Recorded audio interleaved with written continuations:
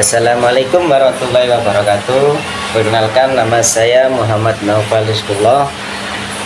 NIM saya 240611603566 dari Prodi Pendidikan Jasmani, Rekreasi dan Kesehatan atau PJKR. Oke, kali ini saya akan menjawab soal UTS mata kuliah Pendidikan Kewarganegaraan. Untuk soal pertama yaitu sejauh mana pendidikan kewarganegaraan dapat menginternalisasi warga negaranya di Indonesia. Hambatan dan tantangan seperti apa yang akan dihadapi Indonesia dalam menginternalisasi nilai nasionalisme dan kebangsaan Indonesia terhadap masyarakat.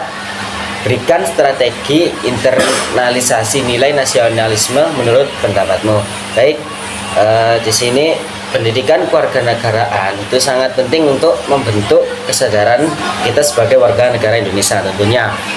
Jadi lewat PKN kita dapat belajar Pancasila, Undang-Undang Dasar 1945, Bhinneka Tunggal Ika,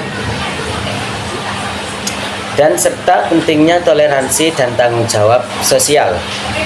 Namun menanamkan nilai-nilai kebangsaan tidak selalu mudah, karena pengaruh budaya dari luar, media sosial, bahkan perbedaan latar belakang bisa membuat nasionalisme kita kurang terasa. Untuk mengatasinya, kita bisa mempraktekkan nilai-nilai dalam kehidupan sehari-hari, seperti ikut bergotong royong, ikut dalam kegiatan sosial, ikut menghargai keberagaman, entah apapun itu. Media digital juga bisa digunakan untuk menyebarkan pesan positif dengan melihat teladan dari tokoh masyarakat dan pemerintah, serta ikut aktif dalam kegiatan yang membutuhkan rasa cinta tanah air. Dan nilai-nilai nasionalisme akan lebih mudah tertanam dalam diri setiap warga negara. Selanjutnya, konflik horizontal masyarakat Indonesia sudah banyak terjadi dalam kehidupan berbangsa dan bernegara. Bahkan sampai era digital seperti sekarang, masih banyak terjadi kasus yang berdampak terhadap disintegrasi bangsa Indonesia. Uraikan akar permasalahan seperti apa yang menyebabkan kasus disintegrasi di Indonesia mudah terjadi, dan berikan alternatif solusi di era digital untuk memahami masalah tersebut. Konflik horizontal di Indonesia itu masih sering terjadi, pertikaian antar kelompok ataupun yang lain. Hal ini dipicu dari akar permasalahan yang berbeda-beda, entah itu dari perbedaan agama, perbedaan suku, perbedaan budaya, ataupun perbedaan adat istiadat yang ada, dan juga bahkan perbedaan pemahaman antar warga. Dan toleransi antar warga juga dapat memicu sebuah pertikaian karena kesalahpahaman. Di era digital saat ini dapat menjadikan hal-hal seperti ini menjadi lebih parah, karena di era digital menyebarkan sebuah informasi berita dapat begitu cepat. Hal ini menimbulkan adanya nanti berita hoax karena kurang pahamnya dengan literasi digital yang dapat memperparah kesatuan dan persatuan. Jadi yang pertama untuk strateginya yaitu melakukan edukasi literasi digital agar masyarakat bisa membedakan informasi yang benar dan yang hoax. Kedua, menguatkan nilai-nilai toleransi dan empati sejak dini melalui pendidikan. Yang ketiga, manfaatkan media sosial sebagai sarana positif untuk menyebarkan pesan persatuan dan menghargai perbedaan. Dengan langkah-langkah ini diharapkan nantinya konflik-konflik horizontal yang seperti tadi itu dapat diminimalisir dan persatuan Indonesia tetap terjaga meski di era digital.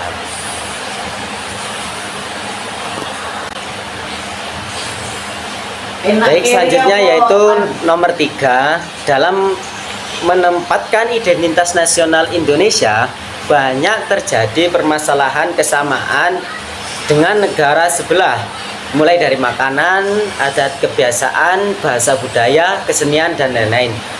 Jadi bagaimana strategi agar negara kita terhindar dari konflik antar negara, tetapi dalam kasus ini dapat memaksimalkan klaim atas identitas nasional Indonesia dibandingkan negara yang lainnya. Jadi Indonesia memiliki kekayaan budaya yang sangat beragam, dari makanan, adat, bahasa, hingga kesenian. Namun yang sering terjadi ketika kita ada kesamaan dengan negara yang lain, sehingga identitas nasional kita terkadang dipertanyakan.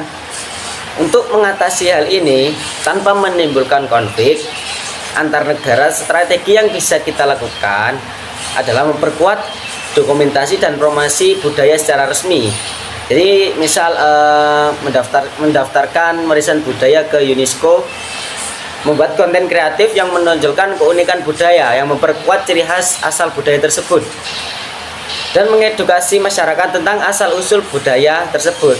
Selain itu, diplomasi budaya juga sangat penting, dengan kerjasama dengan negara lain untuk saling menghormati dan mengakui kekayaan masing-masing. Dengan cara ini, insya Allah Indonesia dapat memperkuat klaim atas identitas nasionalnya, sambil menjaga hubungan baik dengan negara tetangga.